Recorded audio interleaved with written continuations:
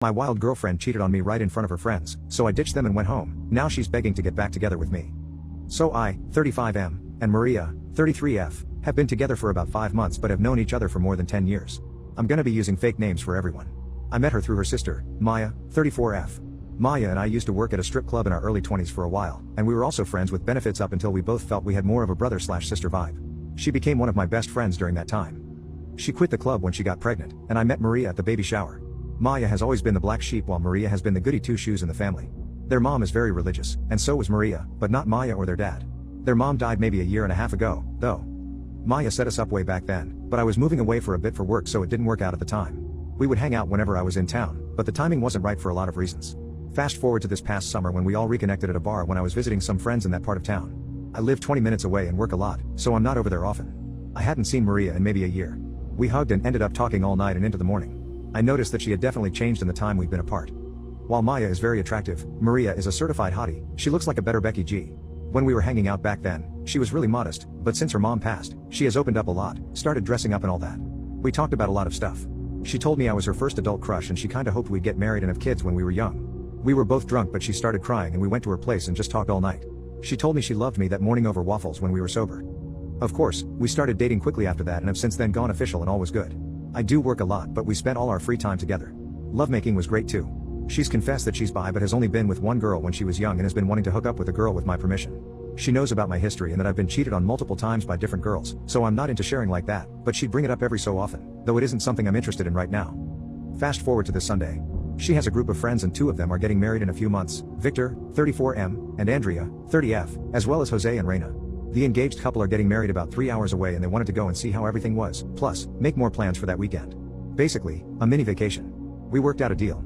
Vic was gonna pay for everyone's rooms and I'd drive cause I'm the only one with a big vehicle to be able to fit all 6 of us. Vic is rich so he didn't have problems with that and I didn't mind driving. We had a good Saturday since we just explored and saw the wedding site.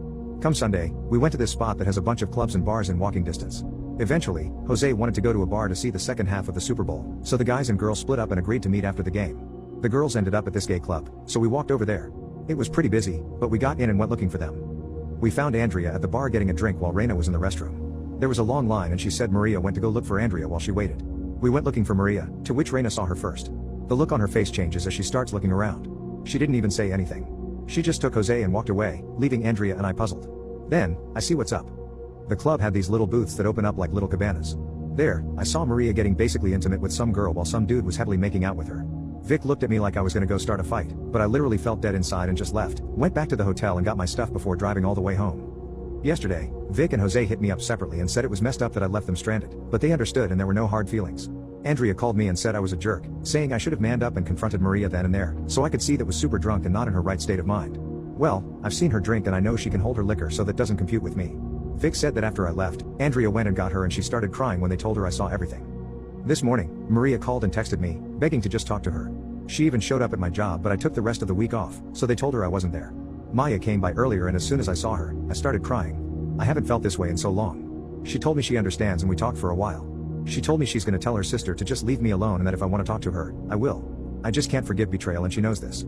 I've cut family off for less, and it's nothing for me to drop someone out of my life if I have to. I've been alone most of my life, so it doesn't matter anyway. What really gets me is before all this was going on, she started bringing up having kids and getting married. She even made comments at the venue last Saturday that I'd look handsome in a suit but we could get married in flip-flops, and she'd be happy. I can't get the look of her face out of my head from the club. Update 1. Hey guys, sorry I don't use this account very much, but I decided to update what happened since the issue. First, I left some stuff out. One is I'm an orphan. I lost both parents before I turned 18. I have a big family, like 3 blood-related families and my stepfamily, but am, technically, an only child. My dad passed during my first semester of college and I dropped out, and when I did, I ended up staying with my childhood best friend, Derek, and his family instead of my extended family for a bit, and we're still friends to this day. I also have a step-niece and nephew and they're best friends with Maya's kids, so I would take them to her house or she'd pick them up for playdates.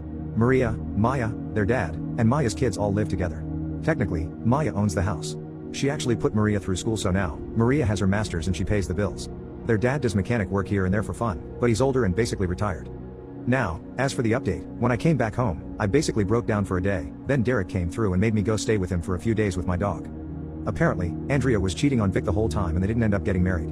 Vic has also become a good friend of mine and we hang out at the gym and park once or twice a month.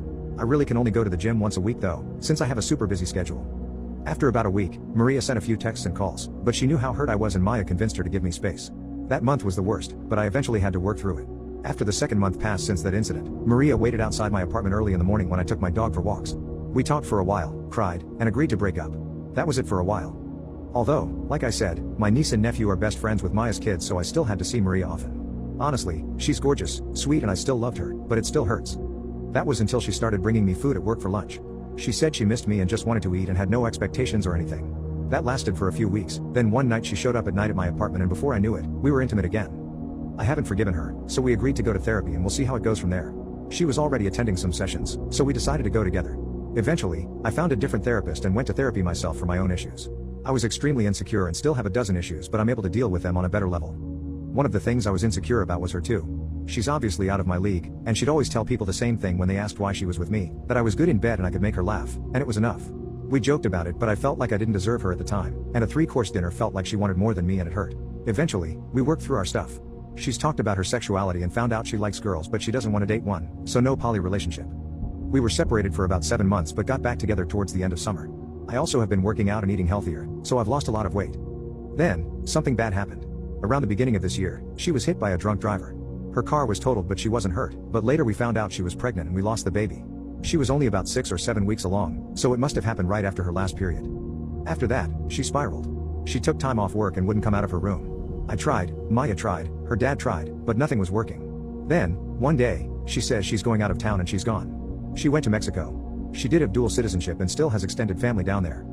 Then, a month later, she wrote me a long message and basically broke up with me. We talked and talked, but she said she needs to get back in touch with God and herself. She's not dating anyone, nor plans to, she just wants to grieve without us giving her the look. We text occasionally, but honestly, it hurts the both of us, so we keep it friendly but not too emotional. I'm personally fine now. I'm able to deal with my emotions better, and yes, I was sad and heartbroken for a while, but I'm doing and will continue to do better. No happy ending, but I'm not sad either. I'm good enough.